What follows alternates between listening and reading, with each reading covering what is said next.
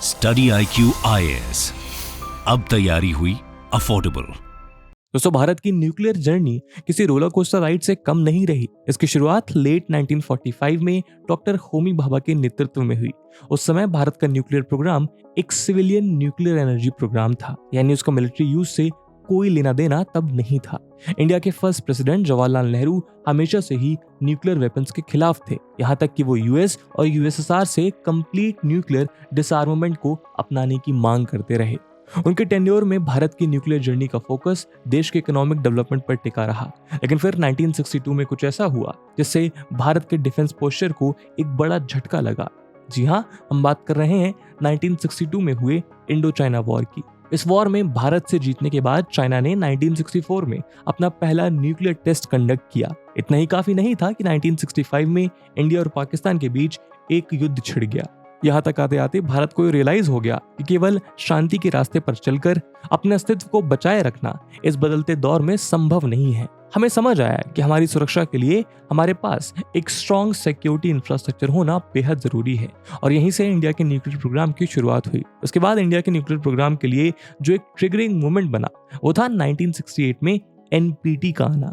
NPT यानी nuclear non proliferation treaty के तहत उस समय की 5 न्यूक्लियर पावर्स यानी कि यूएस, यूके, यूएसएसआर, फ्रांस और चाइना ने पूरी दुनिया पर न्यूक्लियर स्टेटस को इम्पोज कर दिया, यानी कि अब इनके अलावा दुनिया का कोई भी देश न्यूक्लियर टेस्ट कंडक्ट नहीं कर सकता था। लेकिन ये ट्रीटी को डिस्क्रिमिनेटरी बताते हुए भारत ने इस पर कभी साइन नहीं किया। 1971 में इंडिया और पाकिस्तान के बीच दूसरा युद्ध हुआ और उसके कुल 3 साल बाद 1974 में पीएम इंदिरा गांधी के नेतृत्व में भारत ने पोखरण में अपना पहला सक्सेसफुल न्यूक्लियर टेस्ट कंडक्ट किया। इसको स्माइलिंग बुद्धा नाम दिया गया। इसी के साथ भारत एनपीटी की 5 न्यूक्लियर पावर्स के बाद दुनिया में न्यूक्लियर टेस्ट कंडक्ट करने वाली पहली कंट्री बन गई। जाहिर है कि दुनिया की मेजर पावर्स के साथ भारत के स्ट्रेटेजिक एंगेजमेंट पर इसका बहुत नेगेटिव इम्पैक्ट पड़ा, लेकिन सबसिक्वेंट बायलैटरल और मल्टीलैटरल सैंक्शंस के बावजूद भारत ने अपने न्यूक्लियर एम्बिशंस को क्लियरली परस्यू किया। इसी के चलते ग्लोबल लेवल पर इंडिया के न्यूक्लियर टेस्ट के अगेंस्ट एक आइसोलेशन इमर्ज होने लगा। उधर 1979 में पाकिस्तान ने भी अपने न्यूक्लियर प्रोग्राम को बहुत तेजी से बढ़ाना शुरू किया। इससे इस रीजन में भारत की वल्नरेबिलिटी और भी ज्यादा बढ़ गई। 1998 में 11 और 13 मई को इंडिया ने फिर से पोखरण में 5 न्यूक्लियर टेस्ट किए और इस बार इंडिया ऑफिशियली एक न्यूक्लियर वेपन स्टेट घोषित कर दिया गया। इन टेस्ट के बाद दुनिया को न्यूक्लियर ऑर्डर में इंडिया की एंट्री एक्सेप्ट करनी ही पड़ी। जाहिर है कि भारत को इसके बाद इंटरनेशनल कम्युनिटी, खासकर यूएस की ओर से काफी क्रिटिसिज्म झेलना पड़ा। लंबे समय तक वेस्टर्न वर्ल्ड ने इंडिया के ऊपर एक न्यूक्लियर आइसोलेशन इम्पोज किया। हालांकि 2005 में एक स्ट्रगलिंग फेज और इंटेंस डिप्लोमेटिक एफर्ट्स के बाद यूएस और उसके अलाइज के साथ साइन की गई सिविलियन न्यूक्लियर डील के जरिए भारत का न्यूक्लियर आइसोलेशन खत्म हो गया। लेकिन इस सब के बीच भारत की न्यूक्लियर पावर मार्केट पर रशिया का एक बेहद अहम कंट्रीब्यूशन रहा।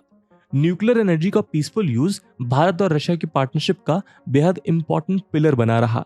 1974 और 1998 के न्यूक्लियर टेस्ट के बाद जब पूरी दुनिया भारत को आंखें दिखा रही थी, उस समय सोवियत यूनियन ने भारत को बहुत से क्रिटिकल जंक्शंस पर सपोर्ट किया। यहाँ तक कि जब इंडिया के पहले न्यूक्लियर टेस्ट के बाद न्यूक्लियर सप्लायर ग्रुप यानी एनर्जी का संगठन हुआ और इसने सैंक्शंस और टेक्नोलॉजी रेस्ट्रिक्शंस के कारण भारत के न्यूक्लियर एम्बिशंस में बाधा बनने की कोशिश की, उस समय भी सोवियत रशिया ही एकमात्र ऐसी कंट्री थी जिसने इंडिया के सिविल न्यूक्लियर प्रोग्राम में उसका साथ दिया। सोवियत यूनियन ने इस दौरान भारत को न्यूक्लियर रिएक्टर्स और फ्यूल सप्लाई किया। 1960s में इन दोनों के बीच बहुत से एग्रीमेंट साइन हुए। पहले एक दशक में ये एग्रीमेंट्स साइंटिफिक और टेक्निकल कोऑपरेशन जैसे कि स्कॉलर्स के एक्सचेंज के स्पीड अप करने तक सीमित थे। न्यूक्लियर डोमेन में इन दोनों के बीच पहला substantive bilateral nuclear cooperation agreement Pokhran 1 के बाद साइन हुआ।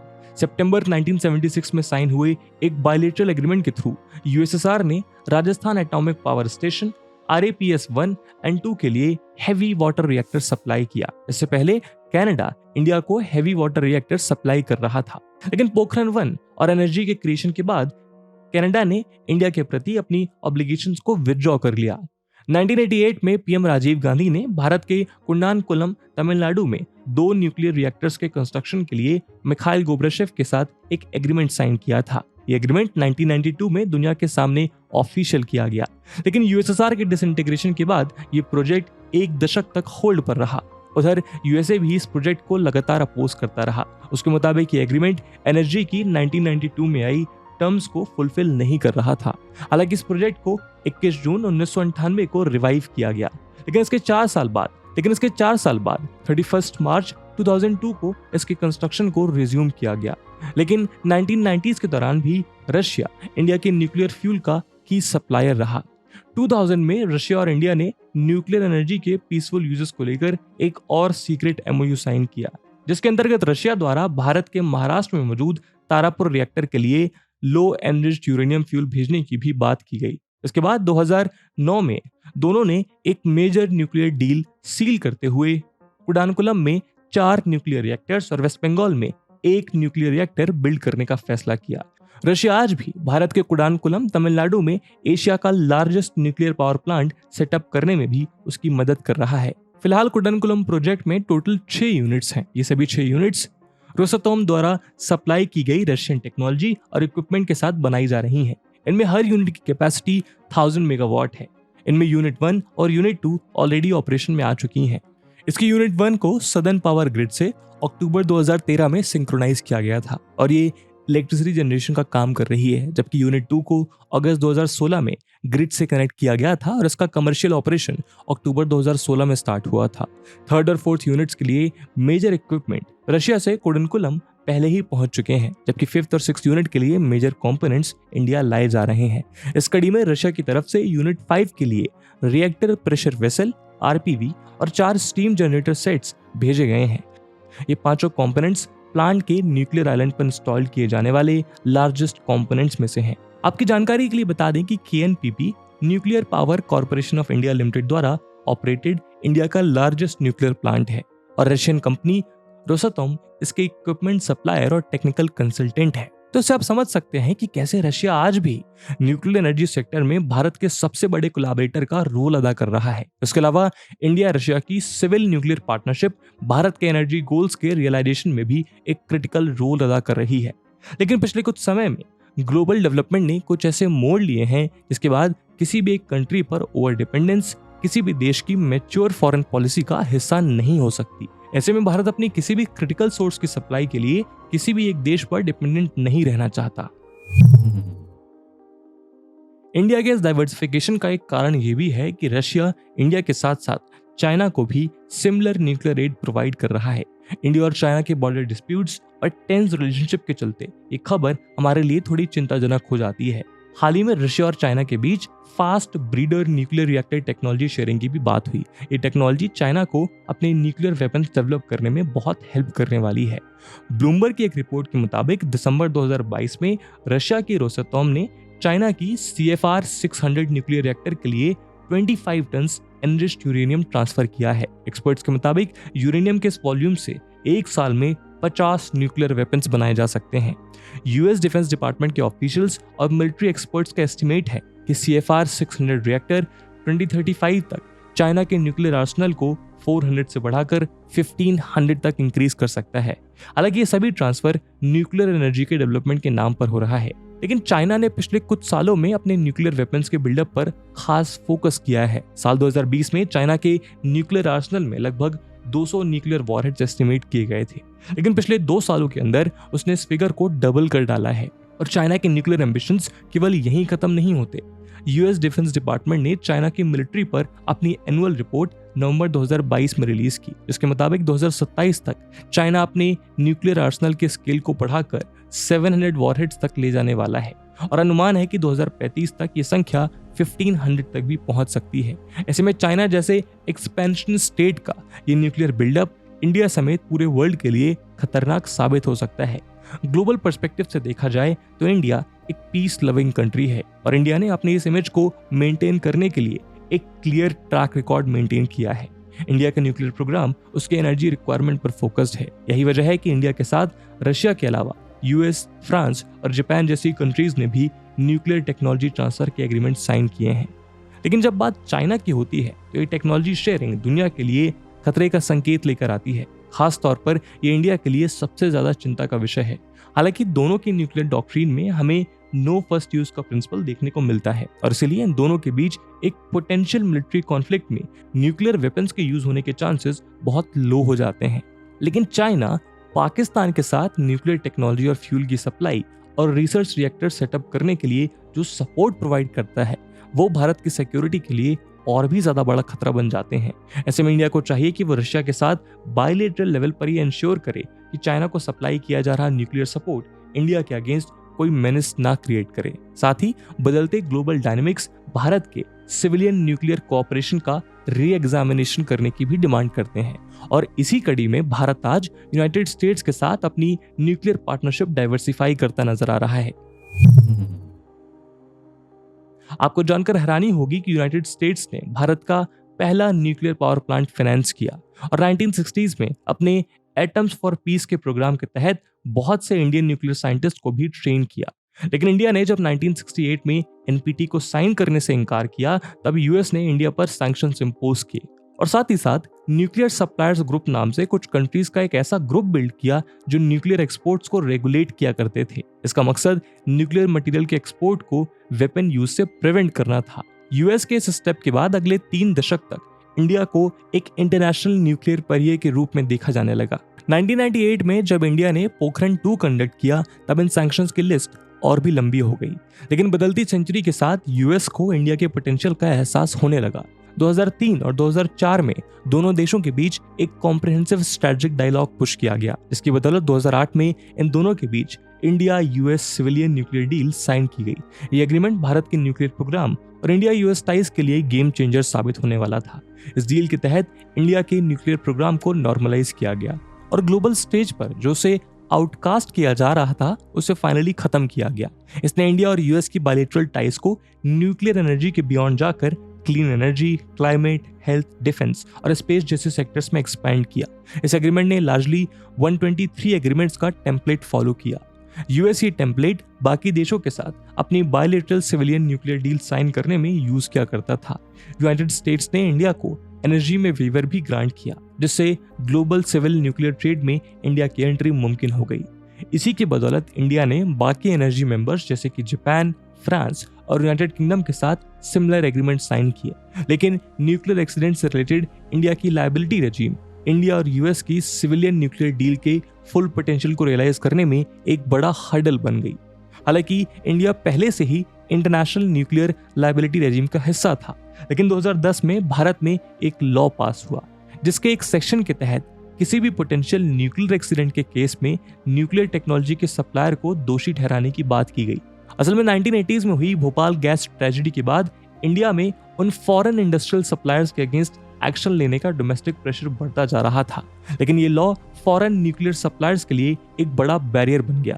हालांकि 2015 में इंडिया और यूएस ने इस लायबिलिटी के बॉटलनेक को ओवरकम करने के लिए न्यूक्लियर इंश्योरेंस पूल को लेकर एक एग्रीमेंट साइन किया, लेकिन उसके 7 साल बाद भी यूएस के सप्लायर्स और इंडिया के न्यूक्लियर ऑपरेटर्स के बीच कमर्शियल कॉन्ट्रैक्ट नेगोशिएशंस अभी भी जारी हैं। यहाँ गौर करने वाली बात यह है कि यूएस और इंडिया के सिविलियन न्यूक्लियर रिलेशंस नॉर्मलाइज होने के बाद भी रशिया इंडिया की न्यूक्लियर सप्लायर्स की मार्केट में सबसे बड़ा बेनिफैक्टर रहा है। ये इन दोनों की हिस्टोरिकल टाइज, रोसटॉम की एग्रेसिव मार्केटिंग, रशिया की इंटीग्रेटेड न्यूक्लियर स्टेट एंटरप्राइज और इंडिया की न्यूक्लियर लायबिलिटी की बाधा को बैलेंस करते हुए की गई न्यूक्लियर डील्स का कॉम्बिनेशन है। इसके अलावा 2014 में एडिशनल लायबिलिटी इंश्योरेंस पॉलिसीज के थ्रू रशिया ने इंडिया में अपने प्लान्ड एक्सपोर्ट्स को कंटिन्यू किया और यहाँ केवल रशिया ही अकेली कंट्री नहीं थी जिसने लायबिलिटी के चैलेंज को ओवरकम किया। 2022 में फ्रांस ने भी रिएक्टर्स को लेकर इंडिया के साथ एक डील साइन की थी। बाकी देशों के द्वारा किए जा रहे ये कमर्शियल कॉन्ट्रैक्ट दर्शाते हैं कि कैसे यूनाइटेड स्टेट्स इंडियन डिमांड को फुलफिल करने के न्यूक्लियर टेक्नोलॉजी एक्सपोर्ट करने में पीछे रह गया। इसीलिए एक्सपर्ट्स का कहना है कि यूएस को रशिया और फ्रांस के एक्सपीरियंस से सीखकर यूएस सप्लायर्स और इंडियन कॉन्ट्रैक्टर्स के बीच नेगोशिएशंस स्पीड अप करने की जरूरत है। साथ ही यदि यूएस अपने न्यूक्लियर टेक एक्सपोर्ट को लेकर एम्बिशियस है तो वो न्यूक्लियर एक्सपोर्ट कंट्रोल रेगुलेशंस को भी स्ट्रीमलाइन कर सकता है। इंडिया और यूएस के टाइज को स्ट्रेंथन करने के लिए इंडिया के indigenous pressurised heavy water reactors PHWRs को एक्सपोर्ट करने के विजन को भी फुलफिल करना भी जरूरी है। करंटली एनर्जी के रूल्स इंडिया के इस विजन को फुलफिल करने से रोकते हैं और चाइना के ऑपरेशन के कारण भारत का एनर्जी में शामिल होना नामुमकिन दिखाई पड़ता है। लेकिन यहाँ इंडिया, रशिया, बांग्लादेश जैसा सिमिलर फ्रेमवर्क अपनाया जा सकता है, जहां इंडिया और रशिया दोनों बांग्लादेश में मिलकर न्यूक्लियर रिएक्टर्स बिल्ड कर रहे हैं, जिसके PHWRs के डेवलपमेंट में यूएस एड कर रहा है और यहाँ ये इंडियन रिएक्टर्स के एक्सपोर्ट को बूस्ट कर सकता है। ऐसे फ्रेमवर्क में कॉम्प्लिकेशन जरूर हो सकती हैं, लेकिन ये कोऑपरेशन रशिया के ऊपर इंडिया की डिपेंडेंस को काफी हद तक कम कर सकता है, क्योंकि रशिया ग्लोबल यूरेनियम एनरिचमेंट में लीड कर रहा है और PHWRs इस कॉस्टली एनरिचमेंट की नीड को एलिमिनेट कर देता है। इसके अलावा हाल ही में पीएम मोदी और प्रेसिडेंट जो बाइडेन ने ग्लोबल डीकार्बनाइजेशन एफर्ट्स पर जोर देते हुए न्यूक्लियर एनर्जी के रोल को एम्फसाइज किया। उनका कहना है कि नेशंस के क्लाइमेट, एनर्जी ट्रांजिशन और एनर्जी सिक्योरिटी नीड्स को फुलफिल करने के लिए न्यूक्लियर एनर्जी का डेवलपमेंट बहुत जरूरी है। हालांकि इंडिया के पास अभी भी 6 रशियन न्यूक्लियर रिएक्टर्स हैं, लेकिन US company Westinghouse electric company WEC, India के nuclear corporation of India limited NPCIL के साथ मिलकर इंडिया में 6 एटॉमिक पावर स्टेशंस बिल्ड कर रहा है। यूएस डिपार्टमेंट ऑफ एनर्जी और India's department of atomic energy Bharat के एक न्यूक्लियर प्रोजेक्ट को डेवलप करने के टेक्नो कमर्शियल ऑफर पर WEC की अपॉर्चुनिटीज एक्सप्लोर करने के लिए इंटेंस कंसल्टेशन कर रहा है। यूएस ने एनर्जी में इंडिया की मेंबरशिप को लेकर भी अपना कमिटमेंट ऑफर किया है। साथ ही उसने ये भी एश्योर किया है कि वो लाइक माइंडेड पार्टनर्स के साथ कोलैबोरेट करके इस गोल को एडवांस करेंगे। इसके अलावा ये दोनों देश कटिंग एज साइंटिफिक इंफ्रास्ट्रक्चर पर भी कोलैबोरेट कर रहे हैं।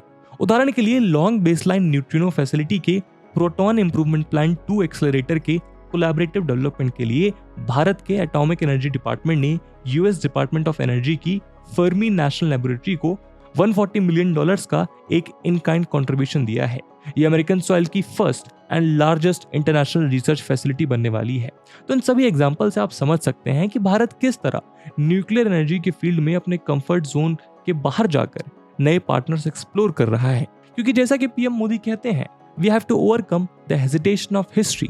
आज हम एक ऐसे दौर में हैं जहां क्लाइमेट चेंज ह्यूमैनिटी का सबसे बड़ा कंसर्निंग मुद्दा बन चुका है। दुनिया भर के देशों ने इंपोर्टेड फॉसिल फ्यूल्स पर अपनी डिपेंडेंस कम करने के लिए न्यूक्लियर पावर को अडॉप्ट किया है। तो आज जब पूरी दुनिया रिन्यूएबल एनर्जी की ओर शिफ्ट कर रही है, ऐसे में न्यूक्लियर पावर दुनिया भर के देशों की नेशनल सिक्योरिटी ग्रिड्स का एक इंपॉर्टेंट पार्ट बनती जा रही है। इस कॉन्टेक्स्ट में देखा जाए तो भारत और यूएस की ये पार्टनरशिप इंडिया की एनर्जी सिक्योरिटी के लिहाज से बेहद क्रिटिकल हो जाती है और उम्मीद है कि भारत और यूएस अपने इस कोलैबोरेशन को यूं ही आगे बढ़ा के इस नीड को फुलफिल करेंगे। इंडिया की सिक्योरिटी को इंश्योर करने में एक इंपॉर्टेंट फैक्टर बनकर सामने आएगा। इसी उम्मीद के साथ आज के वीडियो को हम यहीं विराम देते हैं। आई होप आपको वीडियो पसंद आई होगी और अगर पसंद आई है तो अपने दोस्तों के साथ शेयर करना मत भूलिएगा। हम मिलते हैं अगले वीडियो में, तब तक के लिए जय हिंद, जय भारत। स्टडी IQ IAS, अब तैयारी हुई अफोर्डेबल।